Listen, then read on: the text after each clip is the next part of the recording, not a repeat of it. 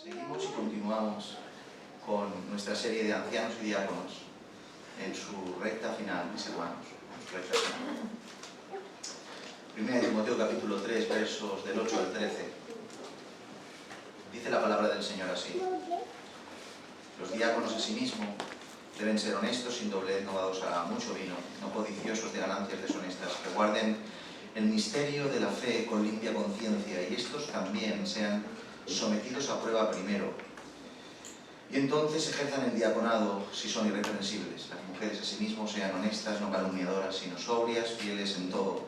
Los diáconos sean maridos de una sola mujer y que gobiernen bien sus hijos y sus casas, porque los que ejerzan bien el diaconado ganan para sí un grado honroso y mucha confianza en la fe que es en Cristo Jesús. Amén. Amén. Amén a su palabra.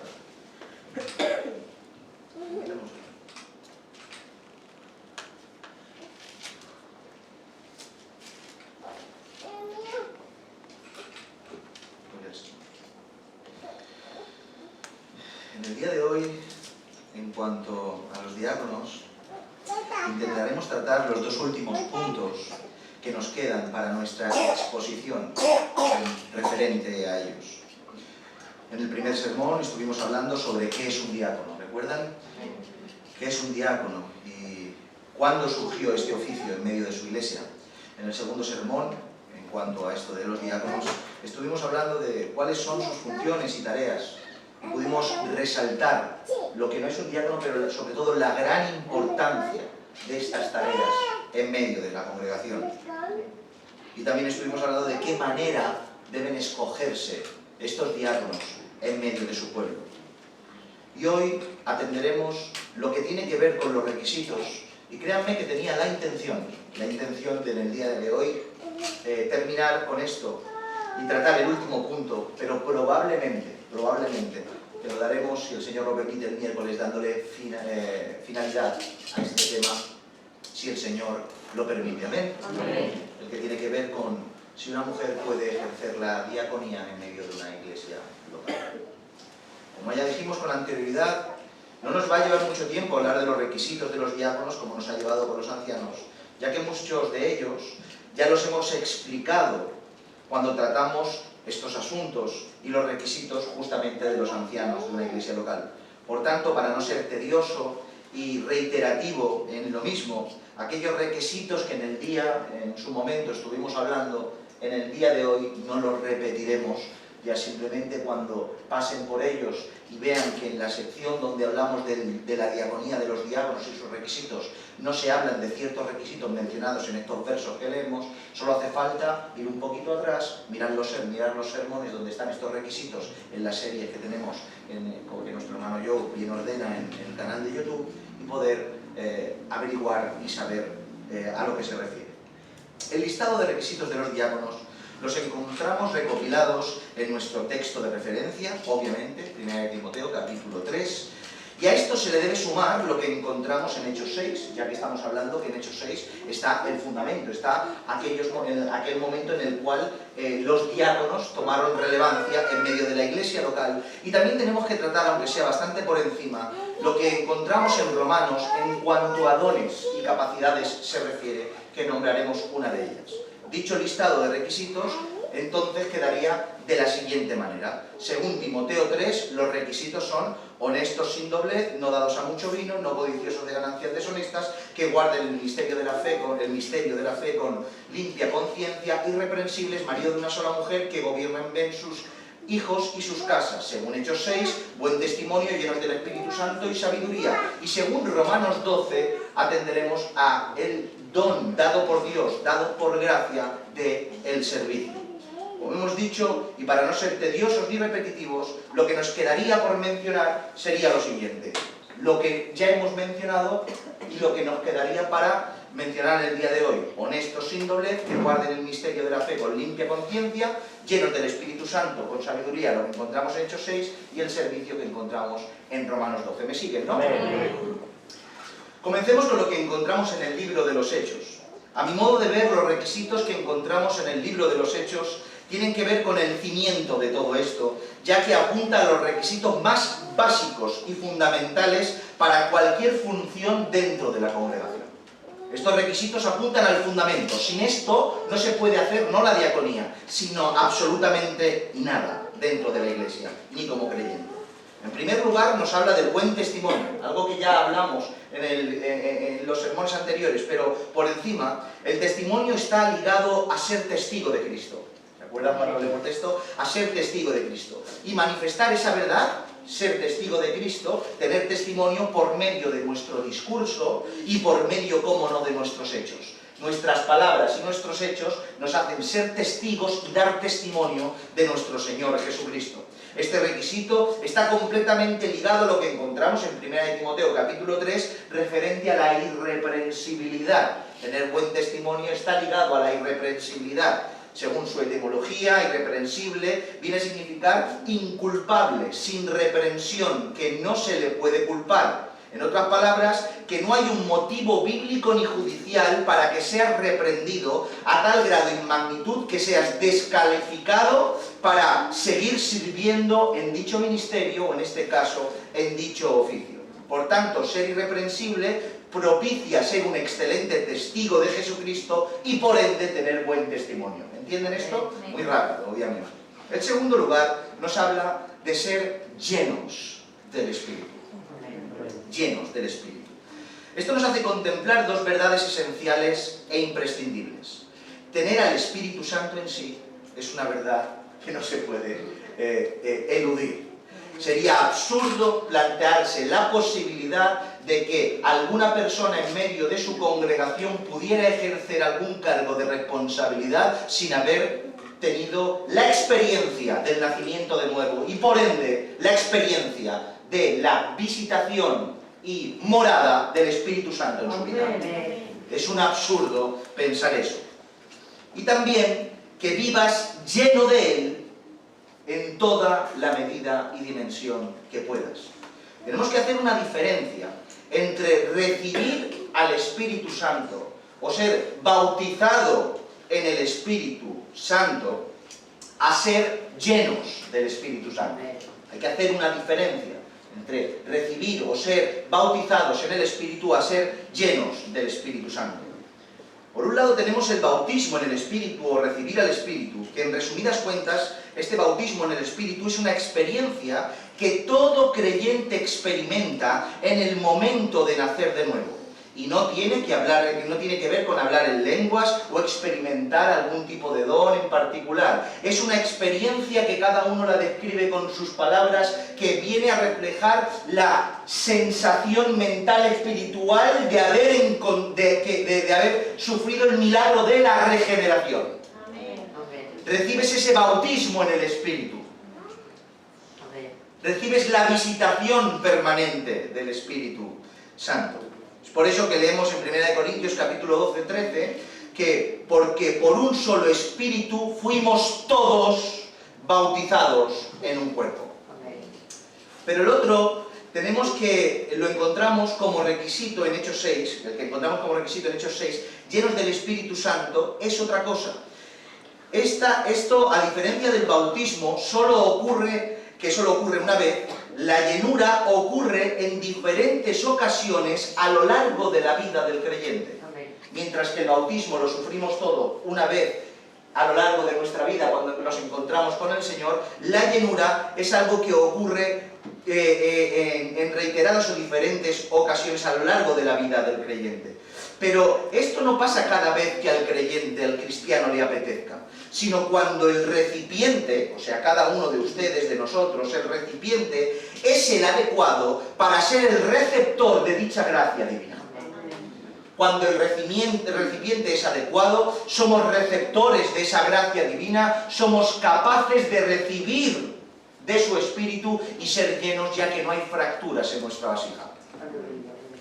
En las Escrituras encontramos al apóstol diciendo en Efesios capítulo 5, verso 18, no os embriaguéis con vino, en el cual hay disolución, antes bien, sed llenos del Espíritu Santo.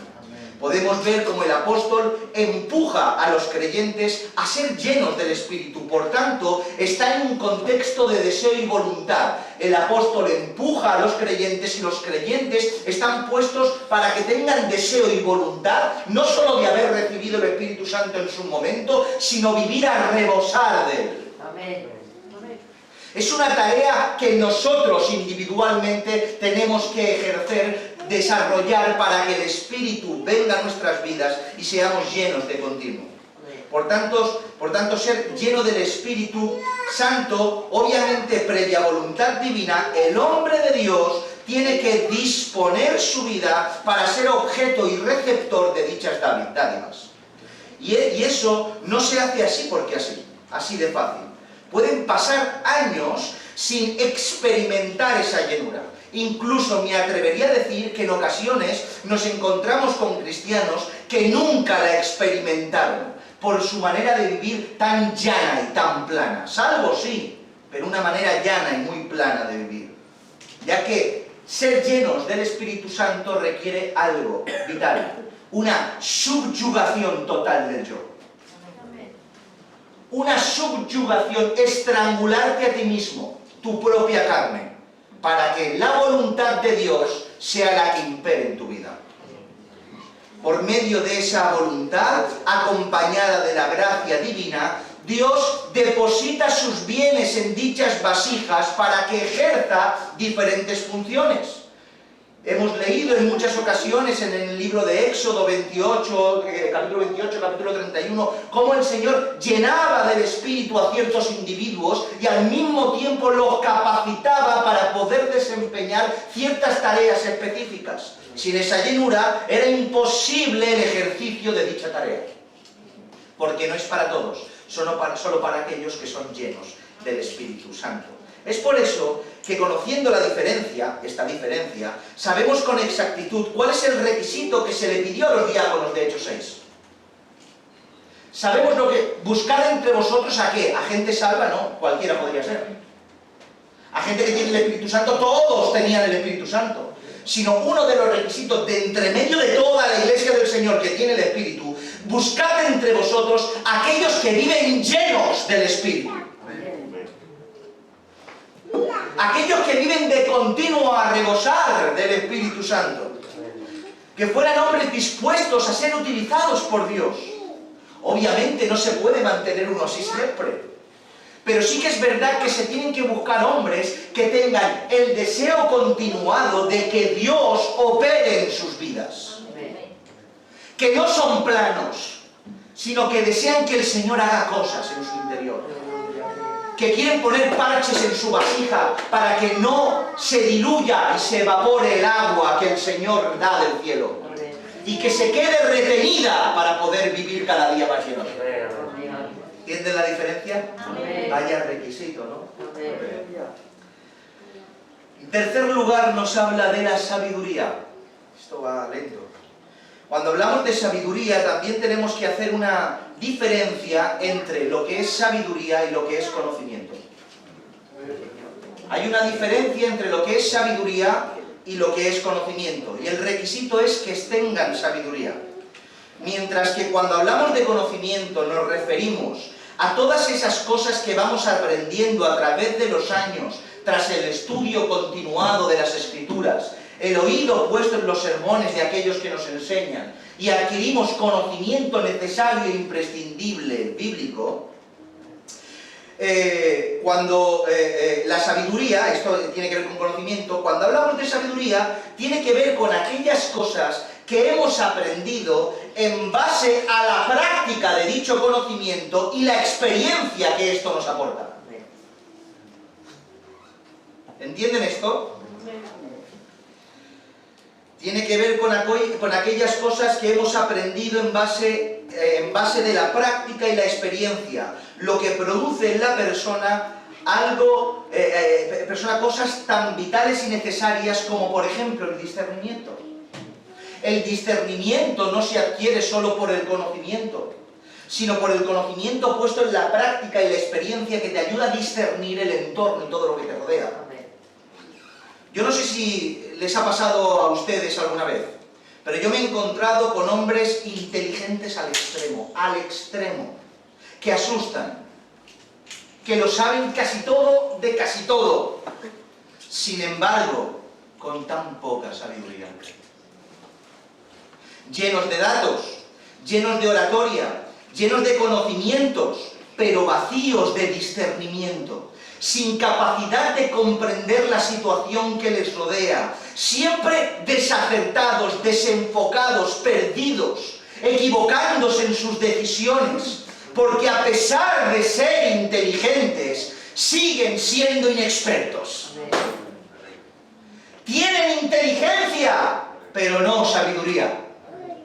Sin embargo, me he encontrado con hombres casi analfabetos, sin apenas casi saber leer, pero cada palabra que de su boca salía eran lecciones de vida, que siempre sabían comportarse porque siempre sabían el contexto que les rodeaba, siempre sabían cuál era la palabra adecuada, cuándo tenían que hablar y cuándo tenían que callar, que casi siempre acertaban en todas sus decisiones, porque a pesar de no tener mucha inteligencia, estaban repletos de sabiduría.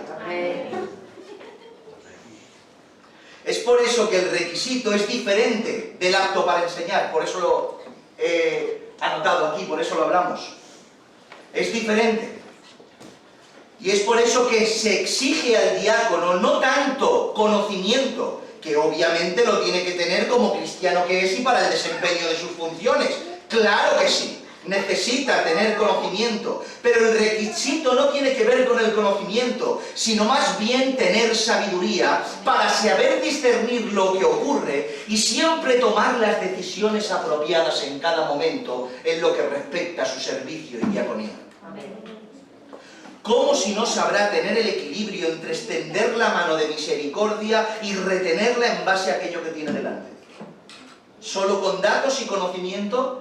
En cierto momento Pablo le enseña a Timoteo qué es lo que tiene que hacer y cómo tiene que tratar en cuanto a las viudas que tienen que estar puestas en las listas. Porque no todo el mundo que tiene una necesidad, o todo el mundo carece de algo, o tiene una urgencia, tiene que ser atendida de un día para otro, sino que se tiene que tomar sabiduría, discernimiento, observar, discernir qué es lo que se tiene delante. Y eso no se adquiere solo con inteligencia y con datos, sino con sabiduría. Es por eso que no solo pueden conocer datos, mis hermanos. Esto no se trata de números, sino ser llenos del Espíritu y llenos de sabiduría. Requisitos fundamentales que encontramos en Hechos 6 para poder ejercer la diaconía. Casi nada, ¿verdad? Continuamos rápidamente, no me quiero detener tanto en los puntos. Continuemos con lo que encontramos en el libro de Romanos relacionado con los diáconos. El apóstol Pablo habla en esta sección de la carta a los romanos acerca de los dones dados por Dios a los hombres para el ejercicio de sus diferentes tareas. Estos dones teológicamente se conocen como los dones de gracia, porque incluso en el encabezado lo pone.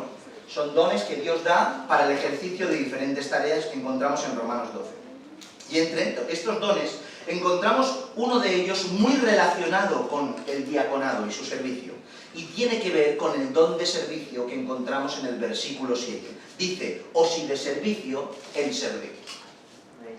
Obviamente estos dones, y este particular también, no pueden limitarse solo a aquellos que desempeñan el oficio del diácono, sino que se ven manifestados en medio de toda la iglesia. O sea, no solo el que tiene el don de servicio va a ejercer la diaconía, sino que en medio de la congregación pueden que hayan personas que tienen ese don de gracia dado por Dios y sin ejercer la diaconía lo practican igualmente, ¿entienden? No obstante, este don en particular se hace de alguna manera no solo apetecible y deseable, sino imprescindible para el buen desempeño del diaconado. Y es por eso que lo mencionamos juntamente con los requisitos que encontramos en Timoteo y en Hechos, porque es de gran utilidad. Como hemos dicho, todo cristiano tiene que tener no solo la obligación de servir, todo cristiano tiene que tener la obligación de servir y también el deseo de hacerlo. Es extraño no tener el deseo de servir, aunque sea en una medida mínima, pero se tiene que tener el deseo de servir al Señor y a la Iglesia. Como hemos dicho, todo cristiano tiene que tener no solo la obligación, sino el deseo de servir y así hacerlo y ejecutarlo. No obstante, en ocasiones nos encontramos por un lado, en medio de la iglesia, a personas que, aunque sean obedientes con las cosas de Dios y que las cosas que Dios les demanda, en cuanto a sus obligaciones, etc., para todo lo que tiene que ver con el servicio a Dios y a la iglesia, y aunque tienen ese mínimo de obediencia, no van más allá de aquellos mínimos que la Biblia exige. De aquellos mínimos que se te exige por tener una membresía dentro de una iglesia local. Un servicio de que lo vas a hacer sí o sí porque te encuentras de cara con Él. Y gloria al Señor porque cumple lo demandado por Dios, pero hasta ahí llega, no hay nada más. Sin embargo, vemos otros hermanos que ese deseo está por encima de lo normal. Vemos a hombres y a mujeres en medio de la congregación que siempre están dispuestos a perder en favor de los demás, dispuestos a perder en favor de los hermanos, en favor de la iglesia, en favor de Dios. Este hermano que siempre es el primero en levantarse, este hermano que siempre es el primero en llegar y el último en irse, este hermano que siempre levanta la mano para ofrecerse para todo, el primero que abre su casa, el primero que cede su bolsillo, el primero que pierde, el primero que se entrega. ¿No ven la diferencia? Hay hermanos en medio de la congregación, y esto no está en todos, que tienen esas características, porque han recibido previamente un don dado por Dios de gracia, que tienen la capacidad por encima de lo normal de darse por el todo. De darse sin importar perder. Y esto no es algo de todos, sino solo de algunos que el Señor dio esta gracia. Por tanto, si el diaconado como definición base es aquel que sirve, esta característica y este don, ¿no creen que sería imprescindible que un diácono lo tuviera?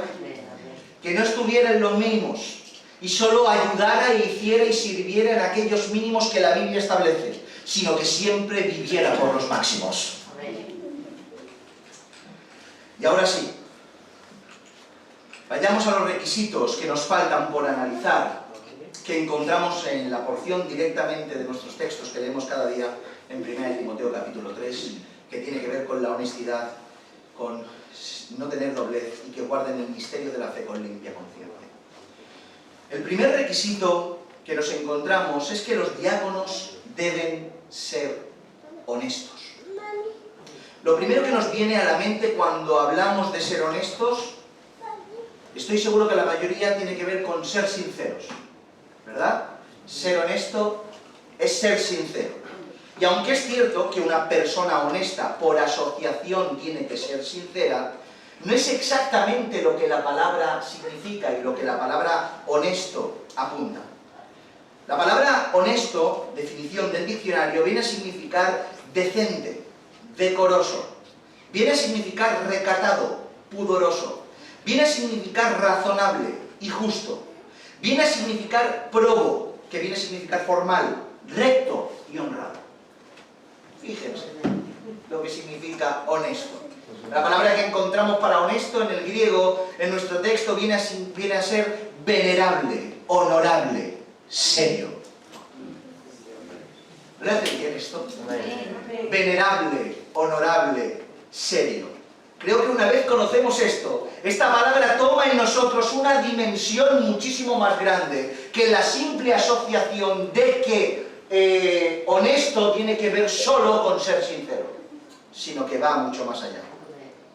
Por tanto, cuando el diácono se le exige honestidad para su diaconía, no se le está pidiendo solo que sea sincero, no se le está pidiendo cualquier cosa de una manera leve o liviana, ya que las cualidades que encierra esta simple palabra son inmensas, como hemos podido ver. Empezando por cosas como la decencia, el decoro, el pudor y el recato. Y sabemos que esto abarca tanto la forma en la que te ves, pasando por la forma en la que hablas, continuando por la forma en la que te comportas. En esta iglesia hemos hablado del recato de una manera muy profunda y tiene que ver con lo que tú eres desde dentro hacia afuera, porque el recato no es algo externo, no son cosas externas que te pones, sino que es algo que nace del interior, que se manifiesta por fuera. Por tanto, tiene que ver cómo te vistes, pero tiene que ver por dónde caminas, tiene que ver cómo hablas y cómo te muestras y cómo ejecutas cada una de tus acciones. Por tanto, esta parte tiene que ver con la honestidad, con el recato, el pudor, la modestia, etc.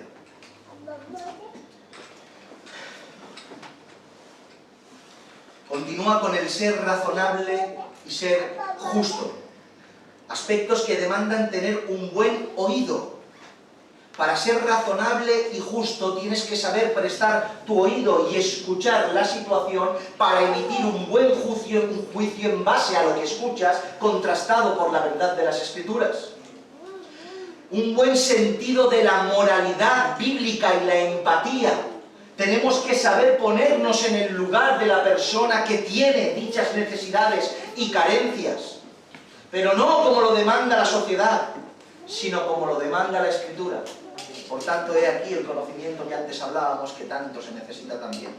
También nos habla de cosas como ser recto y ser honrado. Y esto tiene que ver con la comprensión y temor hacia Dios y su palabra en cuanto a todo lo que tiene que ver con el camino del Evangelio y el desempeño de dicha diaconía en la cual Dios te ha puesto. Tenemos que ser justos y honrados en este servicio en el cual el Señor nos ha puesto. El diácono será firme en su camino y oficio, honrado en todas sus acciones. Tenemos que recordar que una de las tareas del diácono tiene que ver con la economía, con la administración y distribución de los bienes de la congregación para ejecutar el brazo de misericordia de Jesucristo a través de la Iglesia. Por tanto, una persona que no es justa, una persona que no es honrada, no puede hacerse cargo jamás de dichas tareas. Porque administra cosas que tiene que estar por encima de ellas, ya que la tentación está ahí de continuo. No solo de sustraer dinero de la caja como hacía Judas, sino de administrar de la manera que a ti te parezca. Cuidado con eso. Cuidado con esa responsabilidad. Y una de las definiciones que más me gusta es la de probo, o lo que es lo mismo, ser formal. Me ha encantado, de verdad. Tiene que ser formal. Tiene que ser formal. En ocasiones hemos relacionado ser formal con ser áspero, con ser inaccesible, con una persona a la cual no se puede ni hablar ni pasar tiempo con ella. Qué formal es, ¿verdad? En un sentido negativo, que no se puede estar con esa persona, pero nada más lejos de la verdad. Estoy seguro que personas más formales que Moisés, más formales que Pablo y más formales que Jesucristo no lo han habido en la vida. Pero en cambio eran accesibles y todo el mundo iba detrás de Pablo, todo el mundo iba a la tienda de Moisés y todo el mundo perseguía a Jesucristo. Porque la formalidad no está contrariada con la cercanía. Un hombre formal tiene que ver con un hombre serio. Con un hombre serio. ¿Y cuánta falta de seriedad hay hoy en las iglesias? Vivimos en tiempos los cuales los hombres de Dios son hombres chiste. Nos metemos todos, sálvese quien pueda. Hombres chiste, son personajes de circo que todo y en todo siempre tiene que estar aderezado de bromas, de humor, de risas y pasatiempos. Todo lo que hagan. Parece ser que sin esto no tienen acceso. Creen erradamente que ser risueño y alegre, jovial, son las claves para el acceso a las personas necesitadas, para abrir hueco y acceder al corazón de las personas. Y se olvidan por completo que solo es el Evangelio el que salva. Amén. Que solo es la verdad de las Escrituras las que restauran y ayudan. ¿Cuántos lo creen esto? Amén. ¿Estamos aquí? Aleluya. Y no hay nada más serio y formal que el Evangelio. Amén. ¿Cómo voy a ser un hombre orquesta cuando estoy hablando de arrepentimiento, fe, cruz? Amén. ¿Cómo voy a estar riendo si estoy hablando de que estás en tus delitos y pecados y te vas al infierno si no te arrepientes? ¿Cómo voy a presentar la cruz de Cristo de esta manera? ¿Entienden? El acceso no lo da tu jovialidad, el acceso lo da el Espíritu Santo. Amén.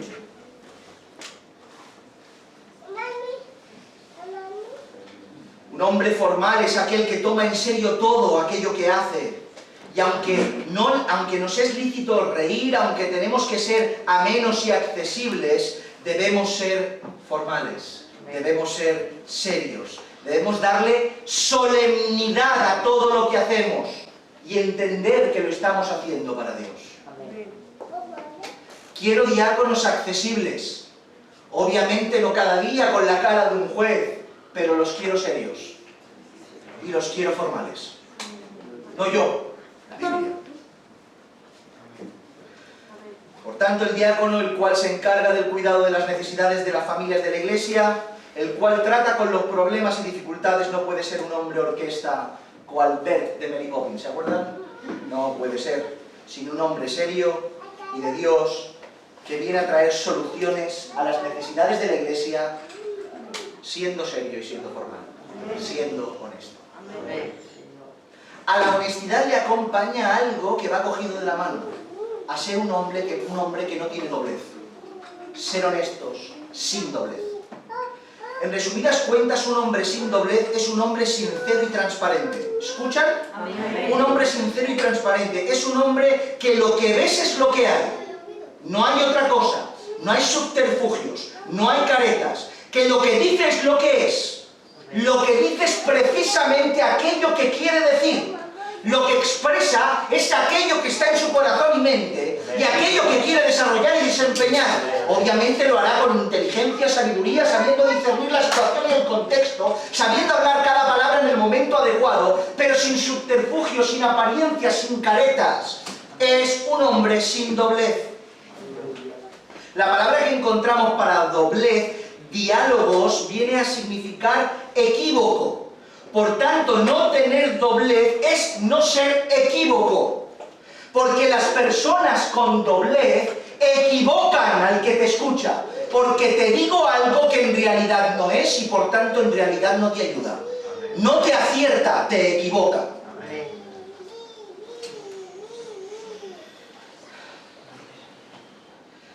Por tanto, un hombre sin ese requisito, un diácono sin ese requisito, es un hombre que le es imposible ejercer dicha función en medio de la congregación. En primer lugar, porque vive en apariencia. ¿Y para ello qué tiene que hacer? Para vivir de apariencia y para exponer apariencia y cosas que no son, mentir. Lo que lo pone en un lugar de ¿qué? De reprensibilidad. Y el diácono tiene que ser irreprensible. Incluso lo pone en un lugar de no regenerado, porque aquel que miente con conciencia, ¿qué es? Una persona que el Espíritu Santo no ha pasado por su vida. Imagínense que un diácono en la iglesia ejerza su diaconía sin ese requisito. Que hoy diga una cosa y mañana diga otra. Que me comente una cosa a mí y pasado le comente la cosa a la persona que va a atender. Que vaya a una familia, le diga una cosa y la familia de al lado la administre según otra cosa. Es imposible. Porque un diácono tiene que ser honesto y tiene que ser sin doblez. ¿Recuerdan a Giezi? Así son. Obviamente que ni somos Eliseo ni nos queremos comparar, pero los hombres que están al lado de los hombres del Señor, sí que es verdad que tienen que ser así. ¿Se acuerdan de Giezi? Namán va porque tiene un problema, Eliseo lo sana, te doy dádivas. Eliseo, yo no quiero nada, es el Señor, vete de aquí, ten tierra para que ores en tu pueblo. ¿Verdad? Pero en cambio Giezi en su corazón se levanta, uy, Eliseo no ha querido, voy a ir corriendo, va hacia Namán, y coge así porque le inventa una historia sin ser honesto y con mucha doblez en su corazón, toma los bienes, va Eliseo, ¿dónde has ido? A ningún sitio. Es que no te he visto yo, Giezi, que has hecho y esto y esto y esto, pues la lepra de Namán te llegará a ti. Porque era un hombre con doblez, un hombre que decía una cosa, seguro que al lado de Eliseo, cuando Eliseo se negó, estaba diciendo, ¿cómo vamos a...? Estaría así diciendo, somos fieras. Pero en cambio cuando se fue, vio la posibilidad de enriquecerse y con doblez en su corazón, mintió a Eliseo, mintió a Namán, mintió a Dios y le mintió a todo el mundo. Incluso a sí mismo, creyendo que creía que podía beneficiarse y en cambio se llenó de lepra. sin doblez, mis hermanos. Qué seriedad, ¿verdad? ¿Tiene la diaconía? Por último, el requisito que nos encontramos, el último, es el de que guarden el misterio de la fe con limpia conciencia. Que guarden el misterio, no ministerio, misterio de la fe con limpia conciencia.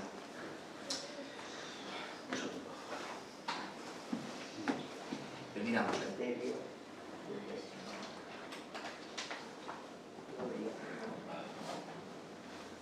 Para entender este requisito, lo primero que tenemos que saber es a qué se refiere con misterio de la fe, porque si no, estamos a ciegas. Cuando se habla de misterio en las Escrituras, no se refiere a algo que no se pueda conocer. Cuando habla de misterio, no precisamente se refiere a algo que no se pueda conocer. Obviamente nunca conoceremos la profundidad, plenitud, anchura y dimensión de dichos misterios. Pero no están puestos los misterios en la Escritura en un contexto de que no se puede saber nada de ellos, para nada. En ningún caso se refiere a que los misterios están puestos para que la Iglesia no los conozca. Es por eso que dichos misterios que están dentro de las propias Escrituras y por tanto están puestos en clave de revelación. Dice la Escritura que no pensemos más allá de ¿qué? ¿De qué? De lo que está escrito. Por tanto, los misterios están revelados en las Escrituras. Así, aunque son misteriosos y son difíciles de acceder a ellos, están puestos en clave de revelación. Por tanto, no están para que no los conozcamos, sino para que los conozcamos. Es responsabilidad del individuo que con el estudio, la búsqueda y la oración podamos acercarnos poco a poco a conocer dichos misterios. Por partes. Aclarado esto, nos habla de un misterio en particular, el misterio de la fe. La fe, en un sentido de aquello que es en sí y de cómo se debe practicar y vivir, en absoluto está en un contexto de misterio. La fe es la certeza de lo que se espera, la convicción de lo que no se ve, y la fe practicada tiene que ver con las obras que ejecutamos en base a los mandamientos que están puestos para obediencia. Eso es la fe, creer y obrar. No están puestas en un contexto de misterio. ¿Me siguen, verdad? Pero, ¿qué es lo que está en cuanto a la fe en un contexto de misterio? Lo que está en forma de misterio, en un sentido de misterio dentro de la fe, tiene que ver con aquel medio por el cual la fe llega a nuestras vidas. ¿Me siguen? Nosotros, ¿cómo somos salvos? Por gracia, mediante la fe. ¿Y cómo es posible que esto suceda? Por medio del advenimiento, vida y sacrificio y resurrección de nuestro Señor Jesucristo. Y mis hermanos, esto sí que es un misterio. Esto es un misterio. Saber que tenemos que tener fe no lo es. Saber que tenemos que vivir para demostrar nuestra fe no lo es. Pero de la manera que esto se ejecuta, sí que lo es. Conocemos el nombre de aquel que lo propició, el tiempo y aquello que se escribió de él, pero he aquí lo que sucedió de la manera profunda que se hizo, es un completo misterio para nosotros. Es por eso que encontramos en la misma carta, en el mismo capítulo y en el mismo contexto, algo completamente sublime. En los versículos 8 al 13 están los requisitos. Entre los requisitos está que guarden el misterio de la fe. ¿Y saben lo que dice en el versículo 16? 3:16, e indiscutiblemente grande es el misterio de la piedad. Dios fue manifestado en carne, justificado en el Espíritu, visto de los ángeles, predicado a los gentiles, creído en el mundo, recibido a la gloria. Amén. Por tanto, el misterio de la fe tiene que ver con el misterio por el cual esa fe fue posible. El misterio de la encarnación, vida, muerte y resurrección de nuestro Señor Jesucristo, el cual nos trajo todos los recursos necesarios para poder acceder a esa fe, la cual nos da acceso a la gracia que nos salva. Una vez aclarado qué es lo que es el misterio de la fe, que tiene que ver con Cristo, nos dice que lo guarde con limpia conciencia. Terminamos. Este misterio de la fe, guardadlo con limpia conciencia. La conciencia, muy rápidamente, definición, es el conocimiento que el ser humano tiene de su propia existencia, de sus estados y de sus actos. La noción de lo que eres y lo que haces y por dónde caminas. Conciencia. La conciencia, en la palabra que encontramos en el griego, tiene que ver con la moral, tiene que ver con la capacidad mental de distinguir entre lo bueno y entre lo malo.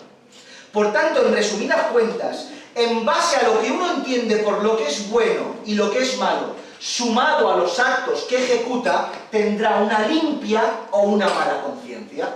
Si yo entiendo que esto es malo y lo cojo, tendré una mala conciencia porque sé que es malo y yo he hecho y he tocado algo que no puedo hacer. ¿Me siguen, verdad? Por ejemplo, leemos en Juan capítulo 8, verso 9. Pero ellos, al oír esto, acusados por su conciencia, salían uno a uno, comenzando desde los más viejos hasta los postreros, y quedó solo Jesús y la mujer que estaba en medio. ¿Recuerdan esta escena?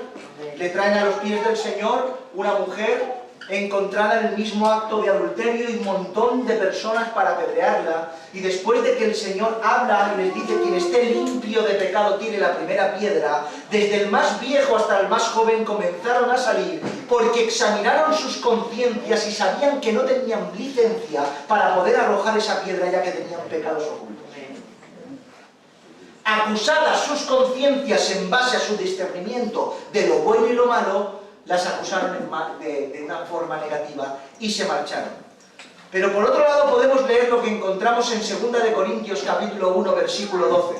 Porque nuestra gloria es esta, el testimonio de nuestra conciencia, que con sencillez y sinceridad de Dios, no con sabiduría humana, sino con la gracia de Dios, nos hemos conducido en el mundo y mucho más con vosotros. Mientras que uno tuvieron que salir porque tenían mala conciencia, Pablo el apóstol dice: con buena conciencia he servido, con buena conciencia he caminado, con buena conciencia he ejecutado lo que el Señor me ha demandado. Dicho esto, guardar el misterio de la fe con limpia conciencia tiene que ver con vivir el Evangelio de Jesucristo de tal manera que nuestras conciencias no nos acusen por causa de nuestra desobediencia. Esto es lo que significa. Los diáconos y aquellos que quieran ejercer la diaconía, en base a la fe que recibieron de Jesucristo y esa hermosa figura y ese hermoso Evangelio, tienen que encaminarse, caminar según esa fe, caminar según ese Evangelio, y que sus acciones no les acusen de conciencia. Esto no tiene que ver con la impecabilidad, ya que nosotros cuando caemos nos sentimos mal porque es una norma necesaria para que venga el arrepentimiento, pero viene el dedo acusador de Satanás diciéndonos: no vales, no sirves. No, no tiene que ver por ahí. Esa acusación no es la correcta, no es la que habla esto. Esta persona que está acusada así no tiene que hacer caso a esas acusaciones, sino arrepentirse, levantarse y seguir adelante, para que su conciencia siga estando limpia. Porque la conciencia limpia de los creyentes no tiene que ver con la impecabilidad, tiene que ver que huyendo del pecado, si a veces caen, el Señor está ahí para perdonarlos. Por eso tengo limpia conciencia, porque tengo un abogado que me defiende y porque vivo con todas mis fuerzas para jamás caer en la tentación y en el pecado. Con este último requisito, mis hermanos, ya han quedado enunciados, expuestos y explicados todos y cada uno de estos, para que los diáconos y los que quieran ser diáconos, y la Iglesia y todos nosotros, sepamos qué tenemos que ver, qué tenemos que exigir y qué tenemos que demandar de aquellos hombres que en la congregación ejerzan la diaconía en el nombre del Señor. Recuerden, mis hermanos, aquellas cosas que ya dijimos con los ancianos. Ninguno de nosotros somos perfectos. Ninguno de nosotros alcanzamos todo lo que demanda Dios de un día para otro. No esperemos que nuestros diáconos de un día para otro sean Esteban y Felipe, el primer mártir y aquel que fue traspuesto y evangelizó y era evangelista. Ojalá el Señor lo permita y sean así, pero no esperemos lo máximo, sino de un día para otro. Esperemos lo máximo en el periodo paulativo de su crecimiento y perfección. Por tanto, aquellos hombres dispuestos a la diaconía, que tengan las bases fundamentales y todos los requisitos, seguirán construyéndose en base a esa fidelidad, a esa ayuda por nuestra parte. Por tanto, entendamos esto para aquellas personas que vayan a ejercer la diaconía en medio de la congregación. Amén. Oramos al Señor.